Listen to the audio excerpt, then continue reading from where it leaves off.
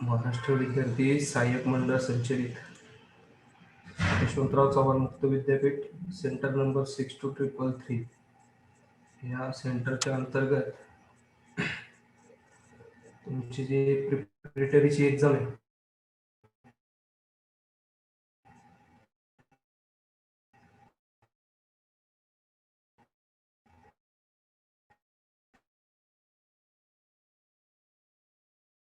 त्या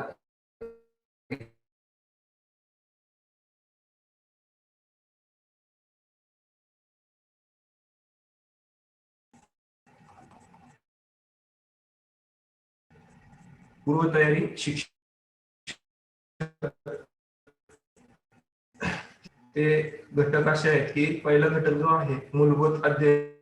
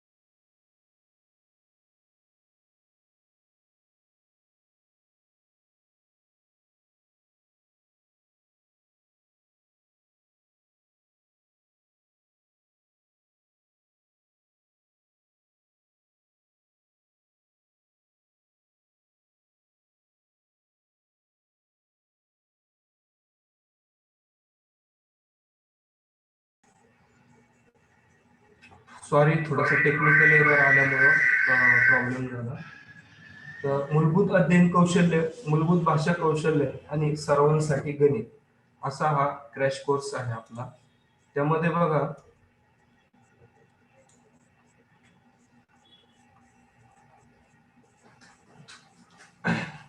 पहिला जो टॉपिक आहे आपला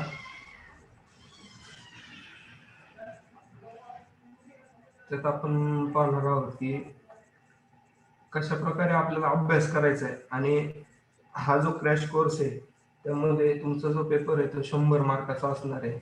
100 मार्काचा पेपर सोडवताना तुम्हाला पूर्ण मल्टिपल चॉईस क्वेश्चन असणार आहे. आणि मल्टिपल चॉईस क्वेश्चन मध्ये तुम्हाला खूप बारकाईने थोडस पुस्तकाचं वाचन हे करावं लागणार आहे.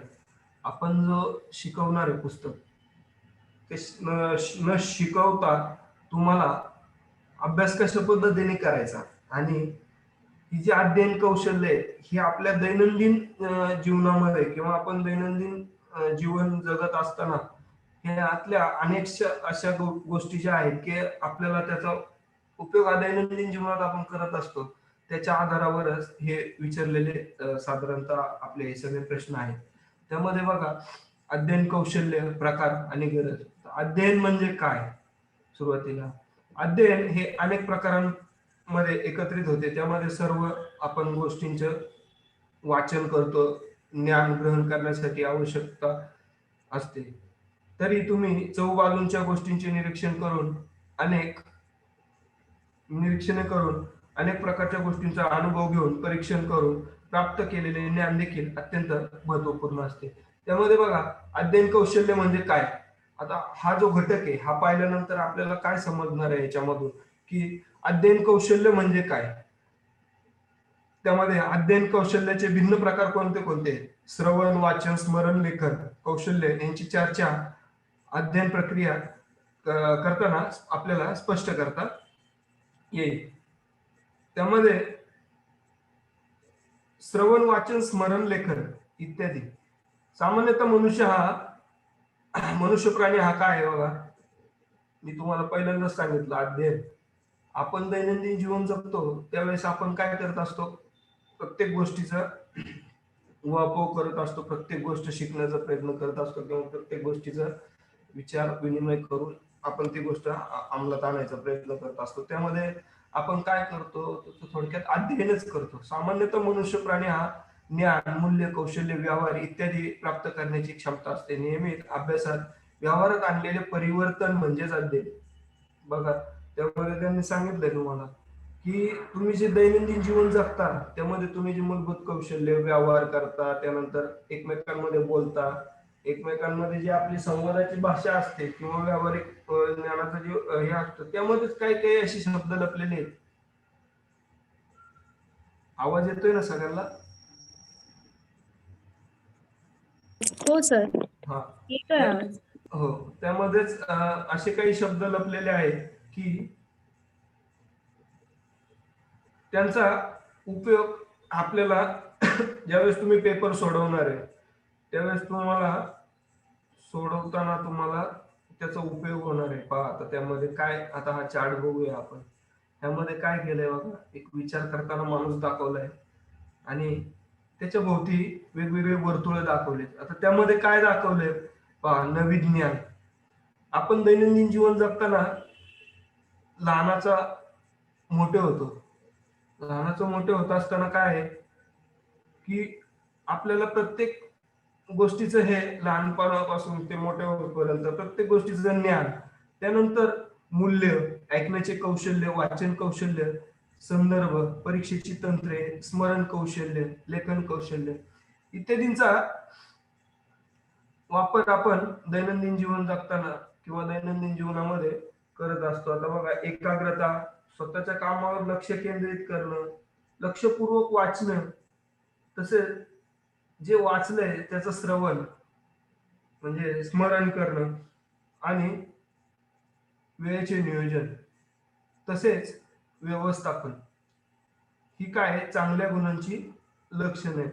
आता बघा, त्यामध्ये त्यांनी सांगितले, आता तुम्ही ज्यावेळेस अभ्यास कराल त्यावेळेस तुम्ही बारकाईने वाचन कराल. त्या वाचनामधूनच तुम्हाला तुमचे जे ऑब्जेक्टिव्ह प्रश्न आहेत त्यातला एक प्रश्न निवडायचा आहे आणि त्यातून तुम्हाला तुमचं जे काय आहे ते ऑनलाईन पेपर देताना मल्टिपल चॉईस क्वेश्चन असणार आहे.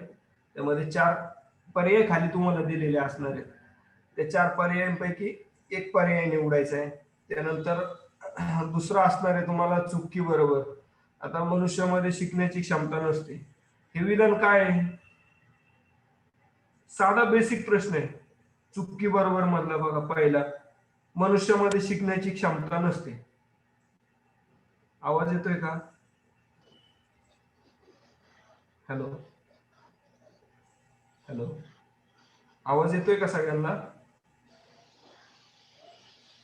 मी तुम्हाला प्रश्न विचारलाय, चुकी बरोबरचा प्रश्न आहे. स्लाइड दिसतीये का सगळ्यांना? हो हो. हा, त्यामध्ये बघा, पहिला प्रश्न विचारलाय मी तुम्हाला, चुकी बरोबर मधला प्रश्न आहे, मनुष्यामध्ये शिकण्याची क्षमता नसते. हे काय आहे, चूक आहे का बरोबर आहे? चूक आहे. चूक आहे. साधा आणि सोपा प्रश्न आहे. आता त्याच्या खालीच प्रश्न दिलाय बघा त्यांनी, चूक आहे.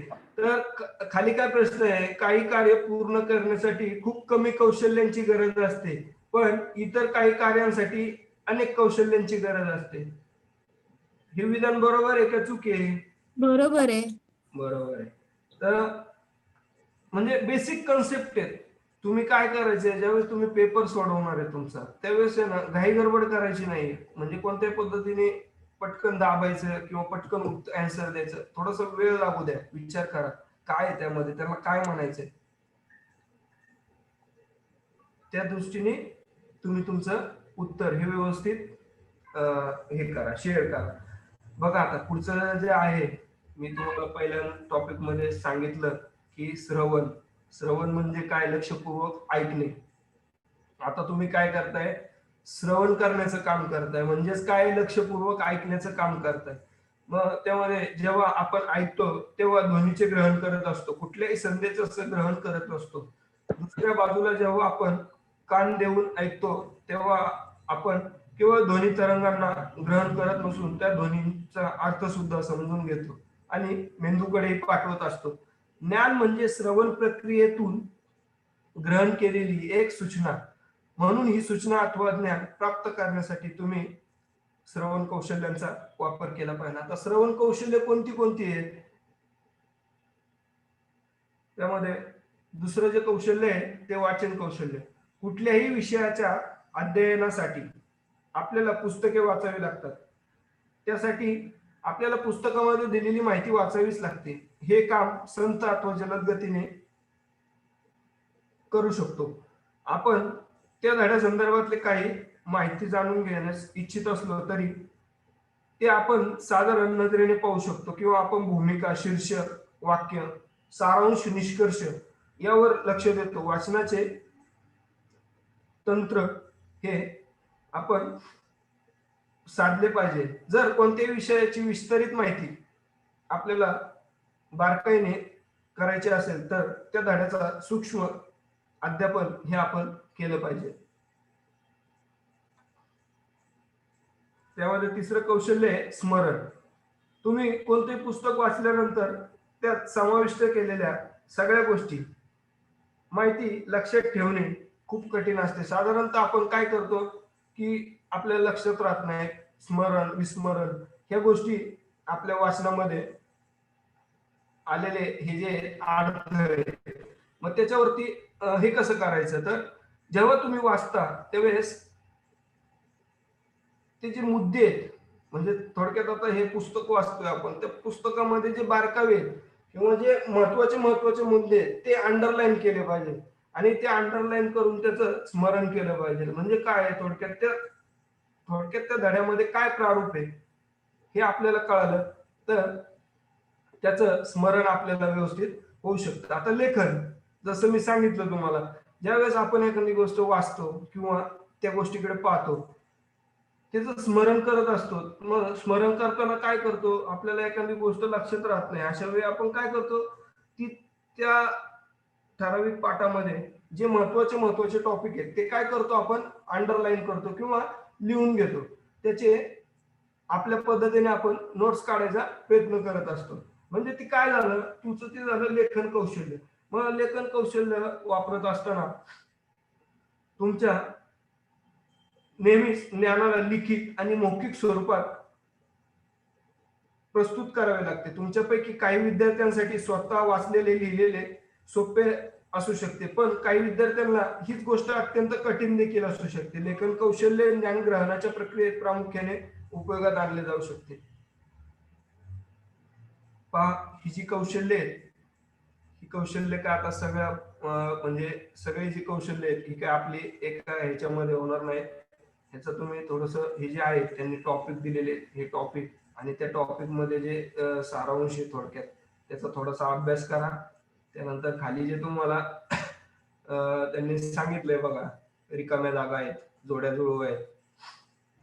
त्यानंतर सारांश मध्ये आहे बघा, या घटकात आपण काय काय शिकलो, नवे ज्ञान, कौशल्य, मूल्य व्यवहार इत्यादी शिकण्याची प्रक्रिया म्हणजेच अध्ययन, अध्यापनाची प्रक्रिया होय. तर त्याच्यामधले जे तुम्हाला महत्वाचे टॉपिक आहेत ते मी सांगितले. परीक्षा पद्धती कशा पद्धतीने असते. नंतर संदर्भ साहित्य. आता संदर्भ साहित्य म्हणजे काय, समजा आपण एखाद्या गोष्टीचा अभ्यास करतोय आणि त्या संदर्भीय अभ्यासाची खोलवर माहिती मिळवण्यासाठी आपण काय करतो, वेगवेगळ्या संदर्भ पुस्तकांचा वापर करत असतो. मग त्यामध्ये विश्वकोश असतील, मानव चित्रावली असतील, कॉम्पॅक्ट डिस्क असतील, श्रवणफीत असतील, संदर्भ पुस्तकं असतील, ह्यांचा वापर आपण करत असतो. आता परीक्षा पद्धती बघा, पूर्वी ही जी परीक्षा होती ही लेखी स्वरूपात असायची. तुम्हाला इथं प्रत्यक्ष सेंटरवर येऊन ही परीक्षा द्यायला लागायची, पण आता तुम्हाला घर बसल्या ही परीक्षा देता येणार आहे. हा काय परीक्षा पद्धतीमध्ये झालेला बदल आहे. कसं आहे, काळानुरूप बदल हे स्वीकारावंच लागतात. त्यामध्ये बघा आता पुढचं आहे, त्यांनी शब्दसूची दिलेली, अध्ययन प्रक्रिया एक कशी प्रकारे राबवली जाते, त्यातले तर्क विश्लेषण रूपात समाविष्ट आहे. हे छोटे जे बेसिक आहेत ह्याच्यावर तुम्ही थोडासा फोकस करा. त्यानंतर आता घटक नंबर 2 आहे अध्ययन प्रक्रिया आणि पद्धती. आता हा पाठ शिकल्यानंतर आपण काय करणार आहे यामध्ये बघा, ह्याच्यात अवदान, प्रेरणा, आकांक्षा. आता हे शब्द थोडेसे अवघड वाटतील तुम्हाला, पण ह्या शब्दांना सिमिलर शब्द शोधायचा आहे. आता तुम्हाला विचारताना असं नाही विचारणार की अध्ययन अध्यापन प्रक्रिया, तुम्हाला तो सोप्या पद्धतीतून विचारला असणार आहे, पण त्याचं उत्तर जे आहे ते तुम्हाला शोधायचंय. म्हणजे थोडक्यात काय आहे, शब्दाची जी भाषा आहे ती बदललेली असणार आहे. तर बघा, अध्ययन प्रक्रिया. आता आपलं जे चाललेलं आहे ही कोणती प्रक्रिया आहे? अध्ययन अध्यापनाची प्रक्रिया. म्हणजे मी तुम्हाला अध्यापन करतोय आणि तुम्ही त्याचं रसग्रहण करताय. ही काय आहे? अध्ययन अध्यापनाची चाललेली प्रक्रिया आहे. म्हणजे त्यामध्ये बघा, आता त्यांनी खाली म्हणलंय की अध्ययन प्रक्रिया. अध्ययन प्रक्रियेमध्ये काय आहे? प्रशिक्षण. प्रशिक्षण तुम्हाला कोण देतं? शिक्षक देतात. त्यातून तुम्ही काय करता? अनुभव घेता, अवलोकन करता आणि त्याचं काय करता? परीक्षेमध्ये अनुकरण करता. अशा प्रकारे प्रशिक्षण हे आपल्याला ज्ञान कौशल्य प्राप्त करण्यासाठीच बालपणापासून मिळालेले हे उद्दिष्ट आहे. त्यामध्ये आपण वेगवेगळ्या खेळांचा, संगीत, नृत्य, त्यामध्ये पुढे गेल्यानंतर आपण प्रशिक्षित होतो. प्रशिक्षित झाल्यानंतर वेगवेगळ्या ठिकाणी कामाला जातो. कामाला गेल्यानंतर त्या ठिकाणी ज्या पद्धतीचं आपण स्किल डेव्हलप केलंय किंवा ज्या पद्धतीचं आपण स्किल आत्मसात केलेलं आहे, ते स्किल वापरण्याचा प्रयत्न करून आपण आपल्या कामाच्या ठिकाणी आपलं हे पूर्ण करत असतो. आता अनुभव हा सर्वात मोठा शिक्षक आहे. अनुभवावरून जे काही शिकतो ते आपल्याला आयुष्यभर लक्षात राहतं. वास्तविक पाहता अनुभव ही एक व्यावहारिक ज्ञान प्रक्रिया आहे. केवळ पुस्तकी अभ्यास असून आपल्याला चालतं का? नाही. आपल्याला काय, शारीरिक, मानसिक, भावनात्मक तसेच सामाजिक या गोष्टींचं पण भान हे राहिलं पाहिजे. बघा, त्यांनी हे जे सांगितलंय, अनुभव, भौतिक अनुभव, मानसिक अनुभव, भावनात्मक अनुभव, आध्यात्मिक अनुभव, सामाजिक अनुभव, अवलोकन, अनुकरण. आता तुम्ही मला म्हणाल की सर, तुम्ही तर काय फक्त नुसतं आम्हाला सांगताय, पण ही करायचंय तुम्हाला प्रत्यक्षात. परीक्षेला अजून अवकाश आहे. तारीख डिक्लेअर जरी झालेली असली तरी तुम्ही थोडस डीपली जाऊन थोडासा अभ्यास करा. सर, हा, आय हॅव प्रॉब्लेम. बुक्स कधी भेटतील? बुक्स तुम्ही ऑनलाईन जाऊन डाउनलोड करू शकता. नाही नाही, ऑनलाईन नाही, ऑफलाईन बोलतोय. ऑफलाईन बुक्स थोडस बघूया तरी आपण. एक साधारण पुढच्या आठवड्यात प्रयत्न चालू आहेत आपले. जर मिळालं तर तुम्हाला त्या संदर्भातला ग्रुपवर मेसेज टाकला जाईल. बुक्स पण मिळवण्याचा तेच प्रयत्न हो, अजून आले, आलेले नाही मेसेज टाका. सेंटरला. हो हो, ठीक आहे, बघा आता थँक्यू. त्यामध्ये ज्ञान ग्रहण केल्याने स्वभावात बदल होतो. ज्ञान ग्रहण केल्याने स्वभावात बदल होतो. हे विधान काय म्हणतंय? चूक आहे की बरोबर आहे? बरोबर. बरोबर आहे. त्यानंतर बघा, सोपे स्ट्रिक आहेत. तुम्ही थोडस फोकस करायचं आहे. तुम्हाला असं वाटेल की नाही का काहीतरी आहे, काहीतरी मोठी परीक्षा आहे, असं काही नाही. जे दैनंदिन जीवनामध्ये आपल्याला आपण हे करतोय, अनुभव घेतोय किंवा शिकतोय, त्याच्यावरतीच विचारलेले हे प्रश्न असणार आहेत तुम्हाला. आता बघा, सामाजिक अनुभव मनुष्याला रूढी परंपरा या बरोबर राहायला शिकवतो. काय आहे हे विधान? चुकी की बरोबर? बरोबर आहे. बरोबर आहे ना. सामाजिक अनुभव तुम्हाला तुमच्या रूढी आणि परंपरेबरोबर राहायला शिकवतो. आता अनुकरण या प्रक्रियेतला सर्वोत्तम शिक्षक मानले जाते. काय आहे? कसं काय? कसं काय चूक आहे? कारण आपण अनुभव घेतला ना. एक मिनिट. आपण अनुभव अनुकरण अनुकरण म्हणजे एकाच बघून आपण शिकतो ना, त्याला हो उत्तम हो, शिक्षण मानले आता जाते. तुम्ही काय करताय? अनुकरण करताय. तर अनुकरण या प्रक्रियेतलं सर्वोत्तम शिक्षक मानले जाते. हे विधान बरोबर आहे. अनुभव तसेच पुस्तक वाचणे सारखेच असते. हे विधान काय सांगते तुम्हाला? बरोबर आहे. बरोबर आहे. ठीक आहे, चला पुढे पाहूया. म्हणजे थोडक्यात तुम्हाला समजते, अडचणी येत नाहीये काही. बघा आता महत्वाकांक्षा 2.33 हा जो टॉपिक आहे, प्रत्येक व्यक्तीची स्वतःच्या जीवनात एक निश्चित इच्छा असते, उच्च महत्वाकांक्षा असते. आता बघा, तुम्हाला वाटतं की तुम्हाला शिकायचंय म्हणून तुम्ही प्रिपरेटरी सारख्या वायसीएमच्या कोर्सला ऍडमिशन घेतलंय, त्यातून तुम्ही शिक्षण पूर्ण करताय. आता तुम्ही प्रिपरेटरीची एक्झाम पास झाला का तुम्ही FY ला रेग्युलर मध्ये ऍडमिशन घेऊ शकता. म्हणजे थोडक्यात काय झालंय, तुमची जी महत्वाकांक्षा आहे ती काय आहे, उच्च झालेली आहे. की प्रिपरेटरी एक्झाम ही जी आहे ही पास झाल्यानंतर आपण काय आहे, आपण पुढं आपलं ध्येय जे आहे ते गाठू शकतो. तर बघा, त्यामध्ये काय आहे, काम करताना अधिक सावधान, एकाग्रता. म्हणजे थोडक्यात काय आहे, तुम्हाला ह्याच्यामध्ये काय दिसतंय की तुम्हाला अनुकरण करायचंय, जे काय आहे ते तुम्हाला करायचंय. त्याच्यामध्ये खूप बेसिक आहे, छोटे छोटे स्किल आहेत, आत्मपरीक्षण आहे, निरीक्षण आहे, भूमिका आहे, अध्ययन आहे. हे जे छोटे छोटे भाग आहेत हे व्यवस्थित वाचा. हे जर व्यवस्थित वाचलं, व्यवस्थित मुद्दे काढले, अवघड शब्दांचे जर शब्द तुम्ही बाजूला लिहून घेतले आणि त्याचे जर शब्दशः अर्थ काढले, तर मला नाही वाटत की तुम्हाला पुढे जाऊन एक्झाम देताना काही अडचणी निर्माण होतील. बा, त्यामध्ये सर्वेक्षण, कोणतेही घटक नीट वाचावेत आणि घटकात वर्णन केलेले महत्वपूर्ण मुद्दे संक्षिप्त स्वरूपात लिहावेत. मी तुम्हाला सांगितल्याप्रमाणे बघा, तुमचंच पुस्तक तुम्हाला तेच सांगतंय की सूक्ष्म निरीक्षण, पूर्ण घटक जलद वाचावे आणि सगळे अपेक्षित प्रश्न लिहावे. उदाहरणार्थ काय आहे, एका वाक्यात उत्तरे लिहा किंवा सविस्तर उत्तरे लिहा. आता ह्यामध्ये तर काय तुम्हाला सविस्तर उत्तरं लिहायची नाहीये. ह्यामध्ये तुम्हाला काय करायचंय, तुम्हाला फक्त काय करायचंय की जे जे काय, हॅलो हॅलो, काय अडचण आहे का कोणाला?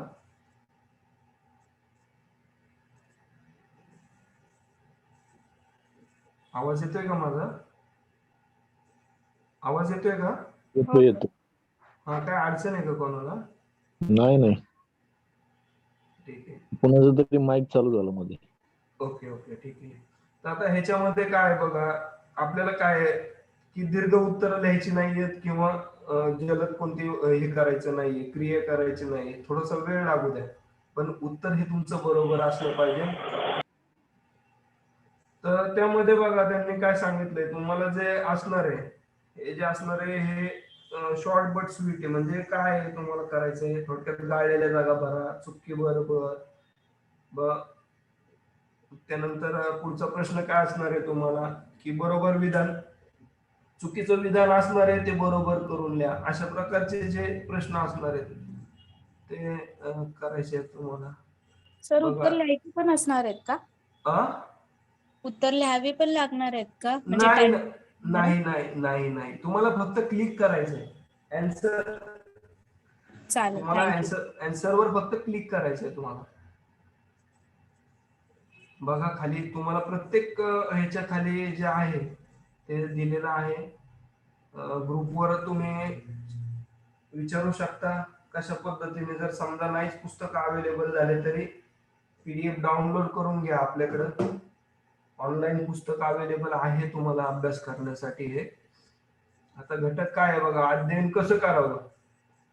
अध्ययन कसं करावं, परिणामकारक सवयींची गरज ओळखता येईल वाचल्यानंतर तुम्हाला. आता बघा, अध्ययन या शब्दाचा तुम्हाला काय समजलं किंवा काय ज्ञान प्राप्त झालं किंवा काय पाठांतर केल्यानंतर किंवा शिकल्यानंतर तुम्हाला काय समजलं, म्हणजे काय अध्ययन. हे अध्ययन कसं करायचं असतं. जर कोणते इयत्तेत 10वीत विद्यार्थी निवडले तर त्यातील कोणतीही 2 विद्यार्थ्यांची एकसारखी अभ्यास पद्धती असण्याची शक्यता कमीच आहे. एखादी पद्धत एका विद्यार्थ्यासाठी योग्य असू शकते तर दुसऱ्या विद्यार्थ्यासाठी ती अयोग्य असेल. तुम्ही कधी असा विचार केला आहे का की अध्ययनाची आपल्याला गरज आहे का, आणि आपल्याला अध्ययनची गरज परीक्षेपुरतीच फक्त मर्यादित राहते का? तर नाही. आपण ज्यावेळेस अध्ययन करतो, परीक्षा देतो, परीक्षा झाल्यानंतर आपण काय करतो की आपल्या जॉबसाठी प्रयत्न करतो. ठराविक स्पीकर कोणाचा चालू आहे? स्पीकर बंद करा प्लीज, म्यूट करा.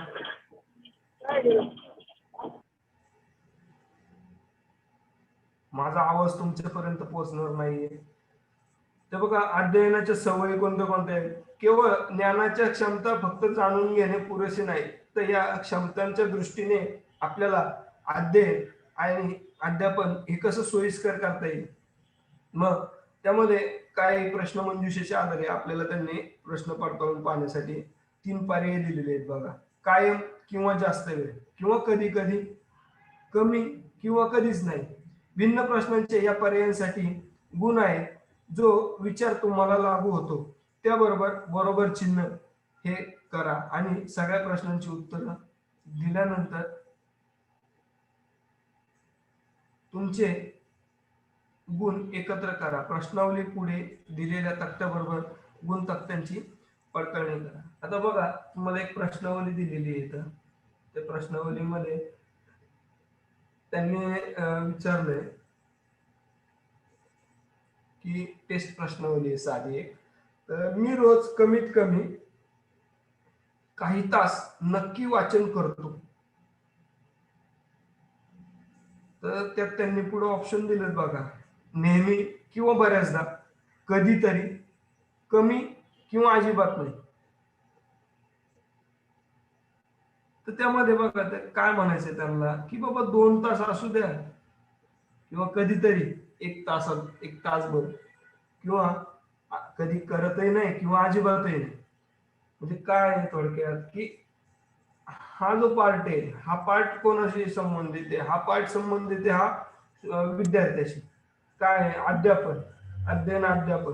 म्हणजे ज्या वेळेस एखादा शिक्षक शिकून जाईल तुम्हाला, त्यानंतरचं जे काही स्किल आहे पुढचं अध्यापनाचं, ते सगळं कोणाला करायचंय? हे तुम्हाला करायचंय.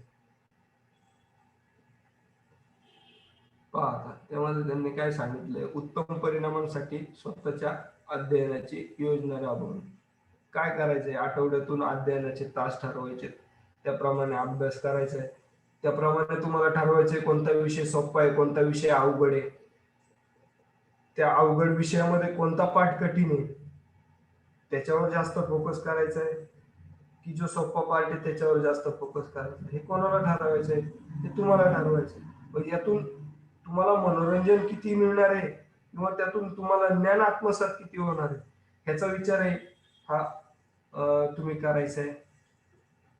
त्यानंतर बघा, टेलिव्हिजन किंवा जिथं मुलं खेळत असतील त्या ठिकाणी अध्ययनाची प्रक्रिया घडू शकते. जसं आपल्या ह्याच्यावरती अध्ययन अध्यापन करताना आपण कशा पद्धतीने करतो आणि कशा पद्धतीने ज्ञान आत्मसात करतो, त्या गोष्टीला खूप महत्व आहे. बघा,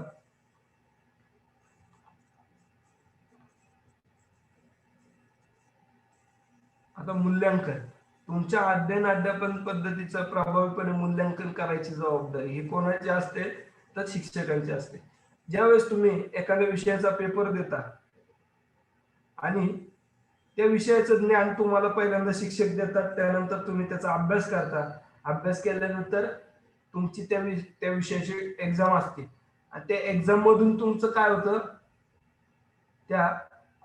तुम्ही ज्या एक्झाम दिली आहे त्याचं मूल्यमापन होतं आणि त्या मूल्यमापनाचं मूल्यांकन. मूल्यांकन हा शब्द म्हणजे काय आहे? मूल्यमापन थोडक्यात.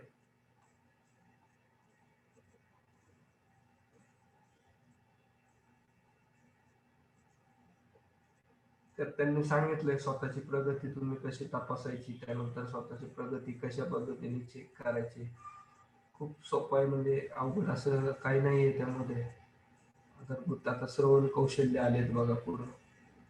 त्यामध्ये या घटकाचे अध्ययन केल्यानंतर काय? श्रवण ही संकल्पना आहे. श्रवण म्हणजे ऐकणे, त्याची प्रभावी अंमलबजावणी करणे. ज्यावेळेस तुम्ही श्रवण करता, आता तुम्ही काय करताय? फक्त श्रवण करायचं काम करताय. मी जी स्लाइड दाखवतोय ती बघताय, त्यातून तुम्ही अध्यापन करताय. तर त्यामध्ये काय काय वेळेला काय होऊ शकतं की बाबा ठराविक गोष्ट तेच तेच तेच तेच केल्यानंतर थोडेसे अडथळा पण निर्माण होऊ शकतो. मग हे अडथळे कसे दूर करायचे? तर थोडस आपण आपल्या भोवती विचार करायचा की बाबा अडथळे का अडथळे का येतात, तर त्याची पण कारण किंवा त्याचं जे काय आहे ते खाली दिलेलं आहे बघा. श्रवण ही एक कला आहे, आपल्याला ही कला शिकण्याची गरज आहे, जी ऐकण्यात महत्वपूर्ण भूमिका बजावते. सगळ्या शिकणाऱ्यांसाठी श्रवण कला ही महत्वाची असते. वर्गात नीट लक्ष देऊन ऐकल्यानेच आपण कोणताही विषय आणि कोणताही विषय आणि घटक चांगल्या प्रकारे समजू शकतो. त्यामुळेच आपण ऐकलेल्या विषया संबंधित प्रश्न विचारून शंका दूर करू शकतो. ऐकणे तेव्हाच उपयोगी ठरते जेव्हा एखाद्या गोष्टीकडे लक्ष देऊन ती गोष्ट काय आहे, काय नाही, कशा प्रकारे, केवळ वर्गातच नव्हे तर इतर ठिकाणी लक्ष देऊन ऐकणे संवादासाठी हे एक महत्वाचं उदाहरण आहे. हा घटक ऐकण्याचं भिन्न गोष्टींवर आपल्याला प्रकाश पडेल. आता बघा, ह्यामध्ये एक स्लाइड दाखवली, त्यामध्ये काय करतात ते शिक्षक, तर वर्गामध्ये शिकवतात. काय करतात ते विद्यार्थी, काय करतात, श्रवण करण्याचं काम करतात. श्रवण काय आहे, ही एक समीक्षा आहे. सर्वात आधी आपण आपले रोजचे काम न ऐकता करूच शकत नाही. श्रवण म्हणजे मेंदूद्वारे शब्द आणि वाक्य यांना समजून घेण्याची प्रक्रिया. ऐकणे संवादासाठी आवश्यक आहे.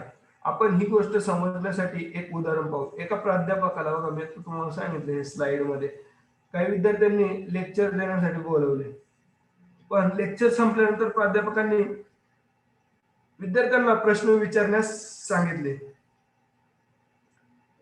विद्यार्थ्यांनी एक एक करून 11 प्रश्न विचारले. त्याची उत्तरं देण्याऐवजी त्या प्राध्यापकाने ते सगळे प्रश्न पुन्हा विचारायला सांगितले.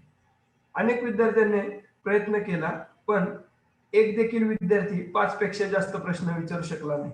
पण प्राध्यापकाने ते सर्व 11 प्रश्न त्याच क्रमाने पुन्हा सांगून त्या सर्व प्रश्नांची उत्तरे देखील दिली. तुमच्या दृष्टीने हे सर्व विद्यार्थी आपल्या इतर विद्यार्थ्यांच्या प्रश्नांची पुनरावृत्ती करू शकले नाही. म्हणजेच काय, तर त्यांचं जे श्रवण करण्याचं कौशल्य आहे त्या प्राध्यापका इतकं प्रगल्भ नव्हतं. थोडक्यात काय आहे, तर विद्यार्थ्यांना प्रश्न विचारले, परत ते विद्यार्थ्यांनी त्यांना प्रश्न विचारले, परत ते शिक्षकांनी त्यांना विचारले. म्हणजे थोडक्यात काय केलं, तर तुम्हाला गोष्ट जी करायची ती एकच आहे, पण थोडक्यात काय आहे, ती फिरून फिरून फिरून फिरून विचारल्यामुळे काय झालं, विद्यार्थी तिथं कन्फ्युज झाला. तर ह्याच पद्धतीने तुम्हाला कन्फ्युज नाही व्हायचं. तुम्हाला काय आहे, व्यवस्थित विचार करायचे, विचार करून प्रश्नांची उत्तरं द्यायचे.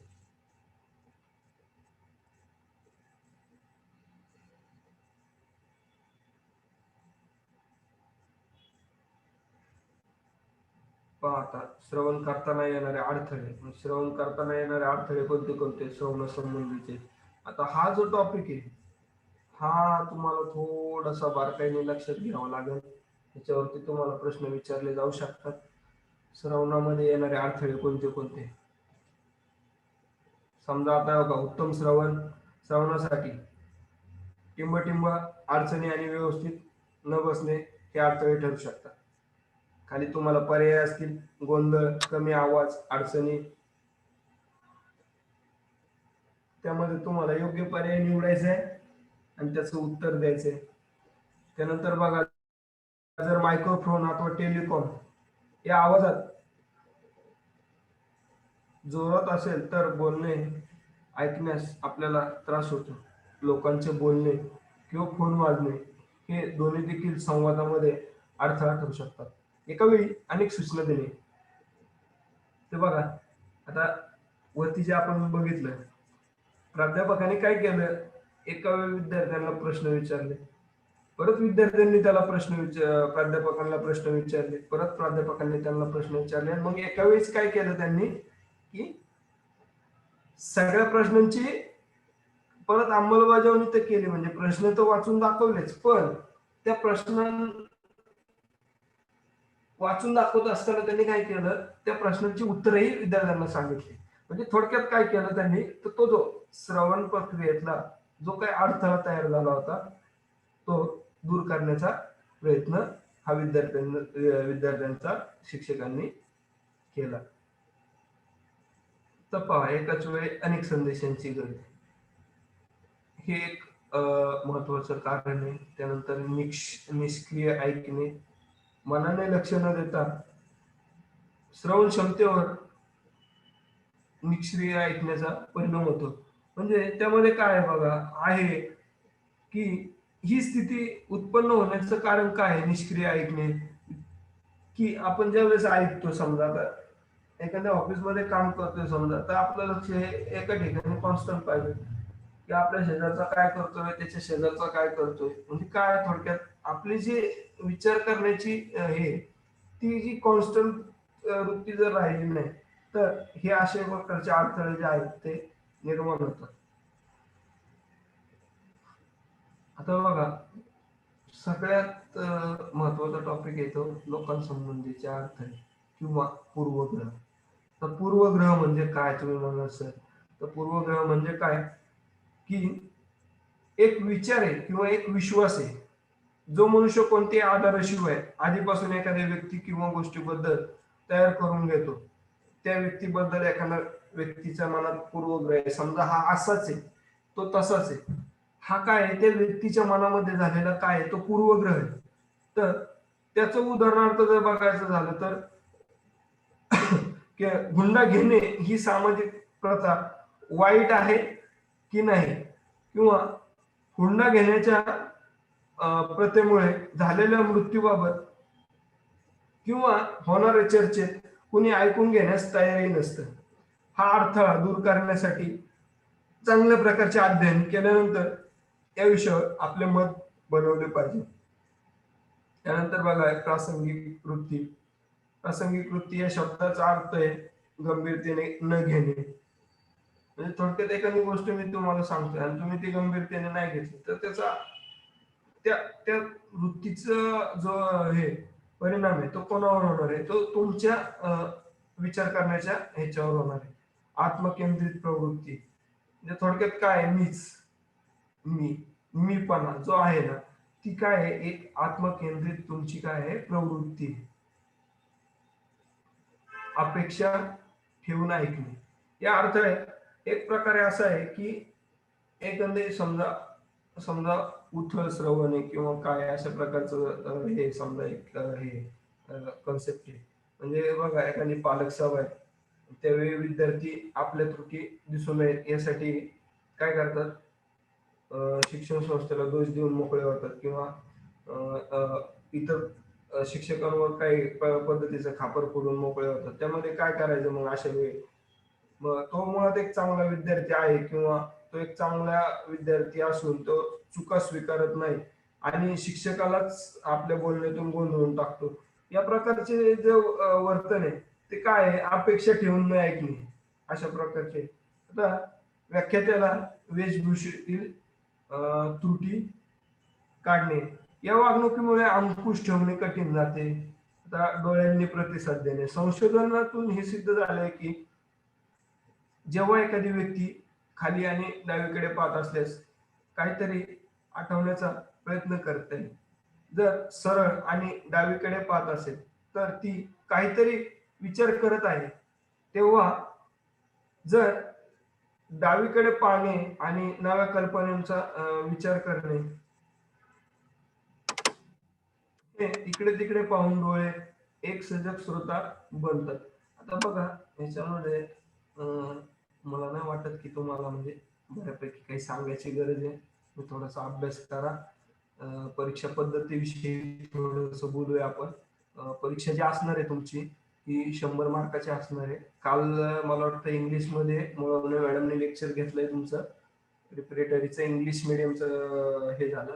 ज्या विद्यार्थ्यांना इंग्लिश कळत नाही त्यांच्यासाठी आज मराठी, म्हणजे ज्यांनी इंग्लिश म्हणून घेतलं त्यांच्यासाठी इंग्लिशचं लेक्चर झालं. ज्यांनी मराठीतून हे केलंय त्यांच्यासाठी आज मराठीतून तुमचा पेपर जो आहे तो 100 मार्काचा असणार आहे पूर्ण. त्यामध्ये तुम्हाला प्रत्येक प्रश्न हा 1 मार्कासाठी असणार आहे. त्यानंतर 1 मार्काचा जो प्रश्न आहे तो तुम्हाला सोडवायचा आहे. त्यामध्ये बघा, आता लेखन, पत्रलेखन. आता बघा ह्याच्यामध्ये लेखन जे आहे ह्याच्यावर थोडासा प्रकाश टाकूया. आणि ही जी कन्सेप्ट आहे ही जी कन्सेप्ट आहे जनरल जीके म्हणजे जनरल अवेअरनेस किंवा जनरल नॉलेज, ह्याच्यावरती साधारण तुम्हाला 50 मार्काचा टॉपिक असेल. 50 ते 60 मार्काची कन्सेप्ट असते, त्या तुम्हाला सोडवायच्या. त्यानंतर सामान्य गणित असेल. समजा सामान्य गणितामध्ये कसं असतं, समजा आता 15 आणि 15 प्लस 15 किती होत आहेत, तर खाली तुम्हाला ऑप्शन असतील 30, 35, 40 आणि 50. त्यातलं तुम्हाला एक क्वेश्चन निवडायचं, आन्सर निवडायचं आहे की 15 अधिक 15 किती होतात, 30 होतात. तर मग ते योग्य उत्तर काय तुमचं, तर 30 आहे.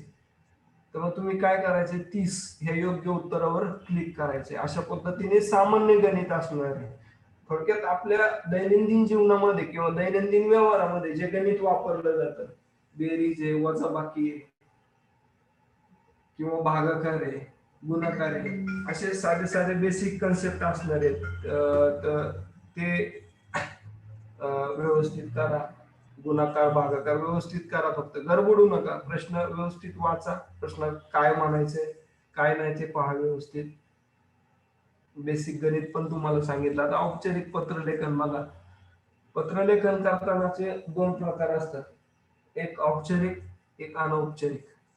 तर औपचारिक पत्र म्हणजे काय आहे, औपचारिक पत्रामध्ये तुम्हाला सांगितलं नसतं भाव, शब्दांचे प्रयोग, पूर्ण शब्दांचा प्रयोग केला जातो. व्यावसायिक प्रयोग सोडले तर या ठिकाणी प्रथम पुरुषी प्रयोग केला जातो किंवा केला जाऊ शकतो. तर जे अनौपचारिक लेखन आहे ते कशा पद्धतीचं आहे, बोलण्यातील भाव, त्यानंतर जोड शब्द, संक्षिप्त स्वरूपांचा प्रयोग, त्यानंतर विषयातील कठीणपणा समजून घेतला जातो.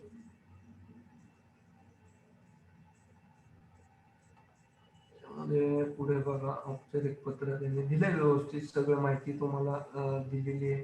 बघा आता औपचारिक पत्रामध्ये जे आहे म्हणजे ऑफिशियल पत्र जे असतात त्याला काय म्हणतो आपण, औपचारिक पत्र म्हणतो. हा मुद्दा लक्षात ठेवा. ऑफिशियल जे पत्र असतं ते कसं असतं, औपचारिक. आणि आपल्या घरगुती कामासाठी किंवा याच्यासाठी जे वापरलं जातं ते अनौपचारिक पद्धतीचं पत्र असतं. त्यात त्यांनी दोन्ही नमुने दिलेले आहेत.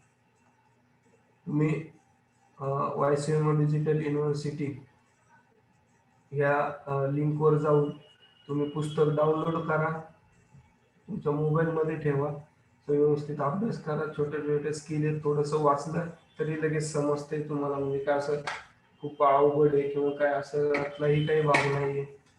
बघा पत्राचे प्रकार त्यांनी दिलेले त्यामध्ये.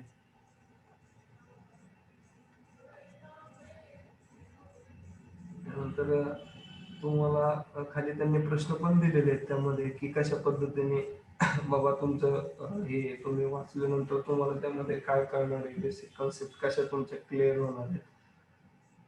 सरावासाठी सोडवण्यासाठी त्यामध्ये प्रश्न पण दिलेले आहेत. बघा आता ग्रंथालय तसेच संदर्भ साहित्याचा उपयोग. आता आपण पहिल्या टॉपिक मध्ये ज्यावेळेस पाहिलं की ज्यावेळेस तुम्ही अध्यापन करता, ज्यावेळेस तुम्ही पुस्तक वाचता आणि तुमच्या काही काही गोष्टींचे जे कन्सेप्ट असतात त्या कन्सेप्ट क्लिअर होण्यासाठी किंवा आपल्याला एखादं पुस्तक वाचल्यानंतर त्या पुस्तकाच्या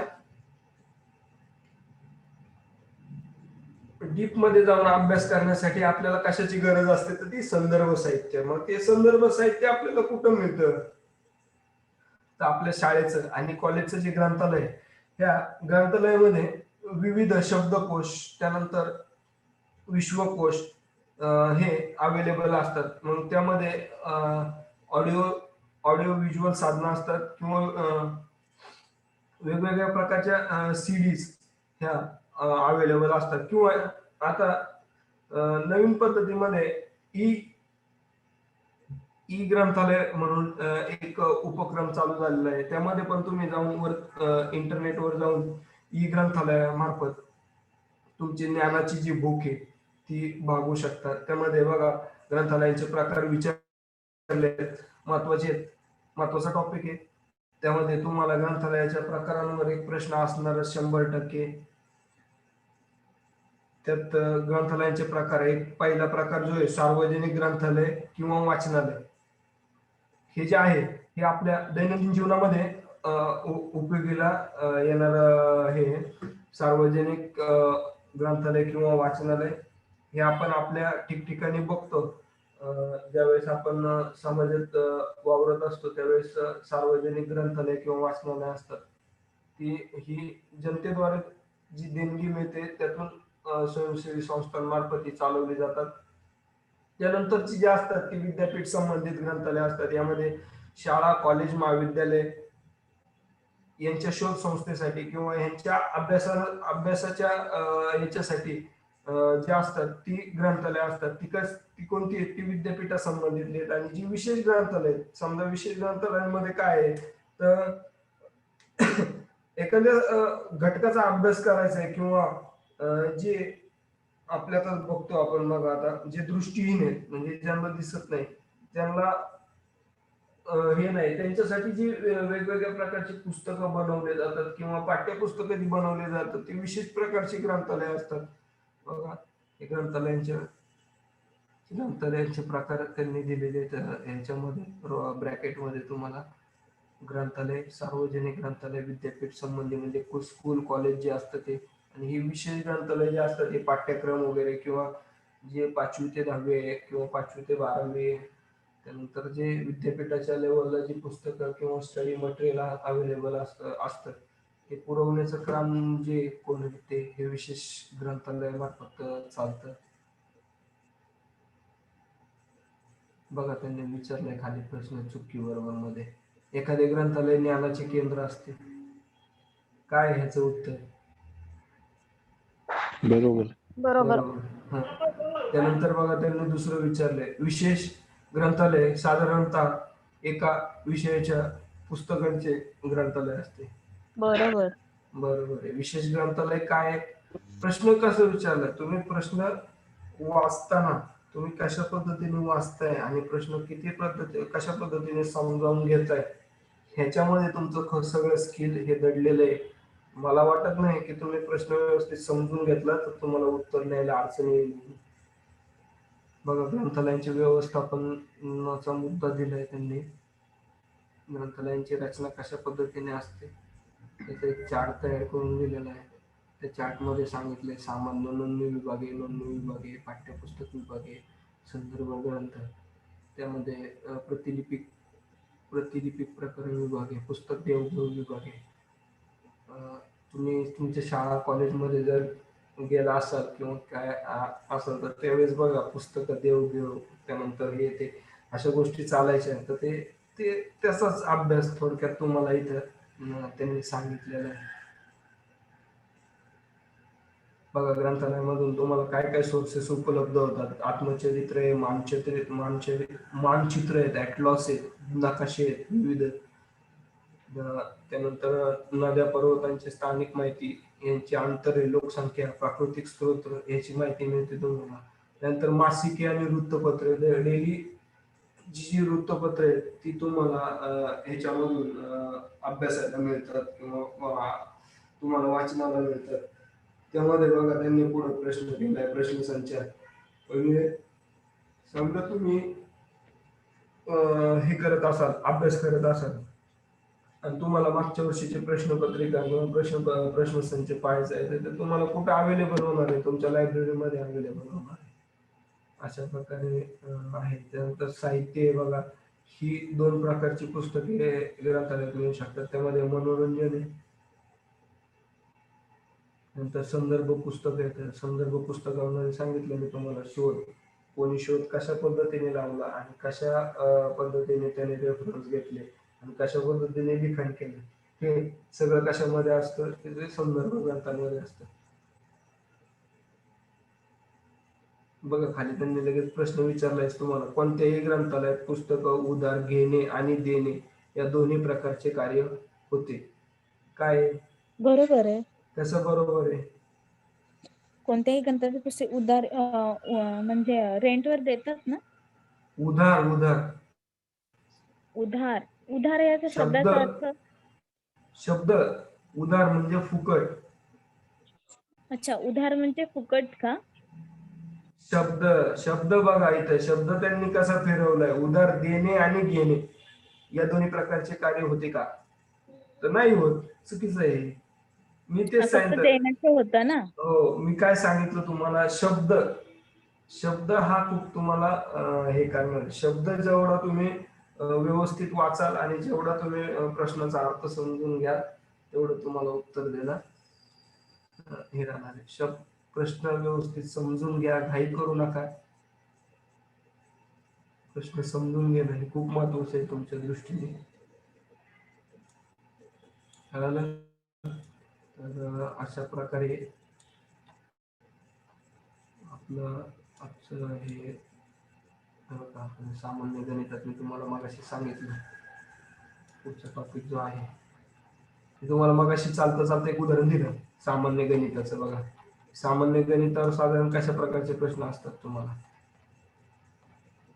एक मिनिट.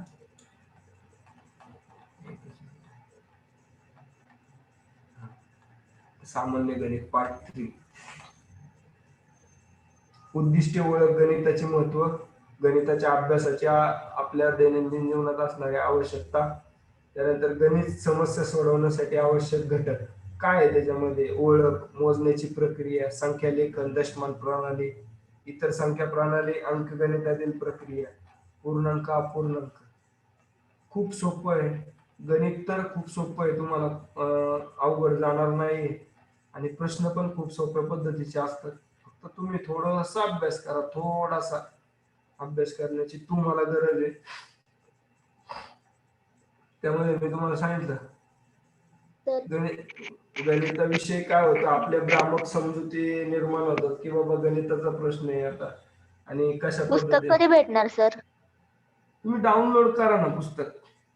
युनिव्हर्सिटी यशवंतराव चव्हाण मुक्त विद्यापीठची डिजिटल युनिव्हर्सिटीची वेबसाईट आहे ना, हो. त्याच्यावरती जा. मी आता सांगतो शंकरला, लेक्चर संपलं की तो तुम्हाला लिंक टाकल. त्या ओके. लिंकवर ओके. जायचं. पुस्तकं. लिंकवर गेल्यानंतर ई बुक म्हणून आहे, ई बुक. ई बुक म्हणून. हा तर तुम्हाला ओके. सगळी प्रोसेस तुम्हाला ग्रुपवर शेअर करेल. त्या पद्धतीने तुम्ही ते पुस्तक डाउनलोड करून घ्या. म्हणजे कसं चालता बोलता तुमच्या मोबाईल मध्ये राहील आणि तुम्हाला ते समजण्यासाठी सोपं जाईल. आणि पेपर हा काय खूप असा अवघड असतो असा काही विषय नाही. त्यामध्ये काय आहे, मोजके जे हे उदाहरण आहेत ते सोडवायचे. नैसर्गिक संख्या आहेत, समसंख्या आहे, विषम संख्या आहे. हे तर काय म्हणजे व्हॉट्सअप ग्रुपवर पीडीएफ पाठवली ना पुस्तकची, आहे ना. हा. ओके ठीक आहे. मग अडचणच नाही काय, फक्त तुम्हाला डाउनलोड करून घ्यायची आहे ते. मला एक प्रश्न होता. मी मराठी मीडियम घेतलंय, पण त्या पीडीएफ मध्ये इंग्लिश चे पण काय काय पॅरेग्राफ आहेत, तर मला काही समजलं नाही की किती विषय आहेत नक्की. सर्वांसाठी इंग्लिश आहे सर. ऐका ना, ते इंग्लिश जे आहे ना त्यामध्ये तुम्हाला जनरल इंग्लिश पण आहे त्यामध्ये. हा, आहे का? हिंदी हो, पण आहे का? म्हणजे तुमचा जो क्वेश्चन पेपर असणार आहे हा 20 मार्क जनरल इंग्लिश वाचणार आहे, 20 मार्क जनरल नॉलेजवर असणार आहे, मूलभूत अध्ययन कौशल्यांवर असणार आहे. त्यानंतर 20 मार्क जे असणार आहेत तुम्हाला जनरल मॅथ्स असणार आहे, म्हणजे सामान्य गणित असणार आहे. सर माझा एक प्रश्न आहे असा की 3 पेपर होणार का एकच पेपर होणार? एकच पेपर एकच असणार तुमचा. फक्त अच्छा. त्याचे भाग जे आहेत ते वेगवेगळे. म्हणजे आता समजा तुम्हाला तुम्ही क्वेश्चन पेपर उघडला तर त्याच्यामध्ये तुम्हाला पहिले प्रश्न जे असणार आहेत ते सामान्य गणिताचे असू शकतात, किंवा दुसरं कोणी उघडला तर त्यांना सामान्य अध्ययनाचे असू शकतात पहिले प्रश्न. म्हणजे असं कसं पेपर सेट करणाऱ्यावर आहे. पहिले प्रश्न तुम्ही तुमच्या चॉईसवर आहे, तुम्हाला ज्या पद्धतीने सोडवायचे त्या पद्धतीने तुम्ही सोडू शकता. म्हणजे सगळे मिळून 100 मार्काचा पेपर असणार 100 तिन्ही मार्काचा. हो. अच्छा, ठीक आहे. म्हणजे मला म्हणायचं काय आहे की 3 विषय असणार का? म्हणजे मराठी, हिंदी आणि इंग्लिश. मराठी असणार आहे, इंग्लिश असणार आहे, सामान्य अध्ययन असणार आहे. त्यामध्ये तुम्हाला अध्यापन प्रक्रिया, आता जे मी तुम्हाला सांगितलं. हा. आता मी तुम्हाला जे सांगता बोलता जे काही सांगितलं तो सगळं सारांशच सांगितलंय थोडक्यात तुम्हाला, की कशा पद्धतीने तुमचं क्वेश्चन पेपरचं स्वरूप असणार आहे ते. बर. म्हणजे मराठी मीडियम ज्यांनी घेतले त्यांना इंग्लिशचे प्रश्न असणार आहे तुम्हाला. बर. ते काय म्हणजे एवढे अवघड नसतात.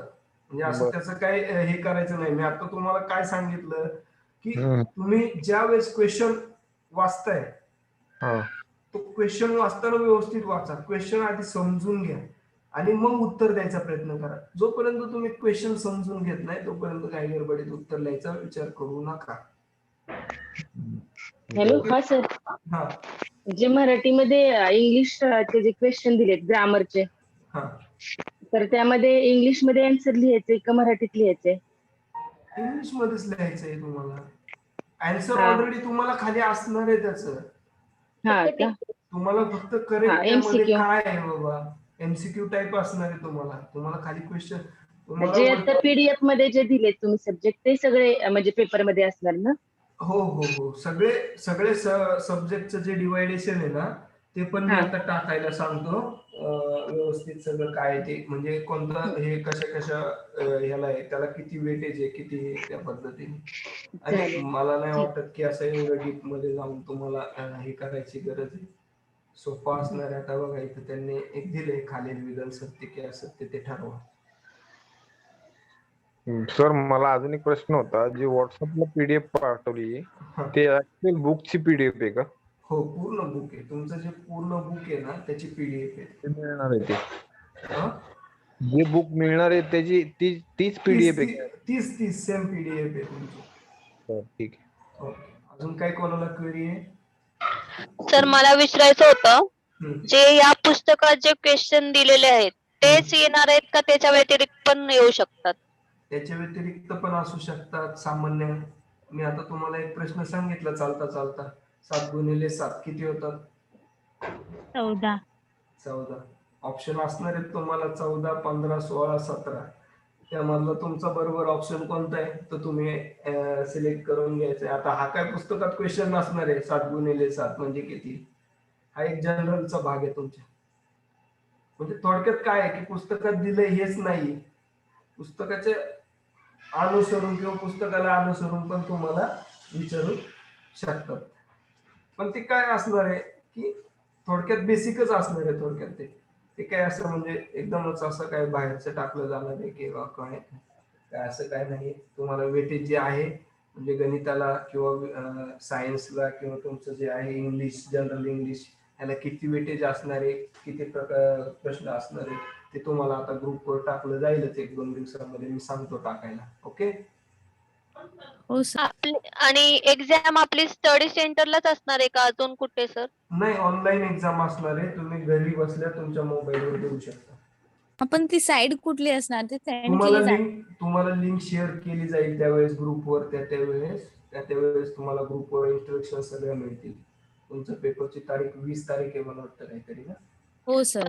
तर नेटवर्कचा खूप इश्यू असतो, मग कसं काय होणार आहे परीक्षा ऑनलाईन? दिवसभर तुम्हाला वेळ दिलेला असतो, त्यासाठी तुम्ही दिवसभरामध्ये कधी ओपन करू शकता. नाही, कधी कधी रेंज पण जाते ना सर. हो, मग तुम्हाला 1 तास काढायचंय फक्त. सकाळी 9 वाजल्यापासून संध्याकाळी 6 वाजेपर्यंतचा टायमिंग असतो तुम्हाला. ओके. हा. आणि यानंतरही समजा तुम्हाला काय अडचण वाटली तर युट्यूबला लेक्चर लाईव्ह असतात, ते लाईव्ह केले जातात. आपलं यशवंतराव चव्हाण वायसीयू मयूर 62333 युट्यूबला सर्च करा. Okay. Okay sir. Okay sir. Thank you sir. Thank you. Yes. Okay, sir. Thank you. Thank you sir. Thank you sir. Okay. Sir, now can I leave? Yes.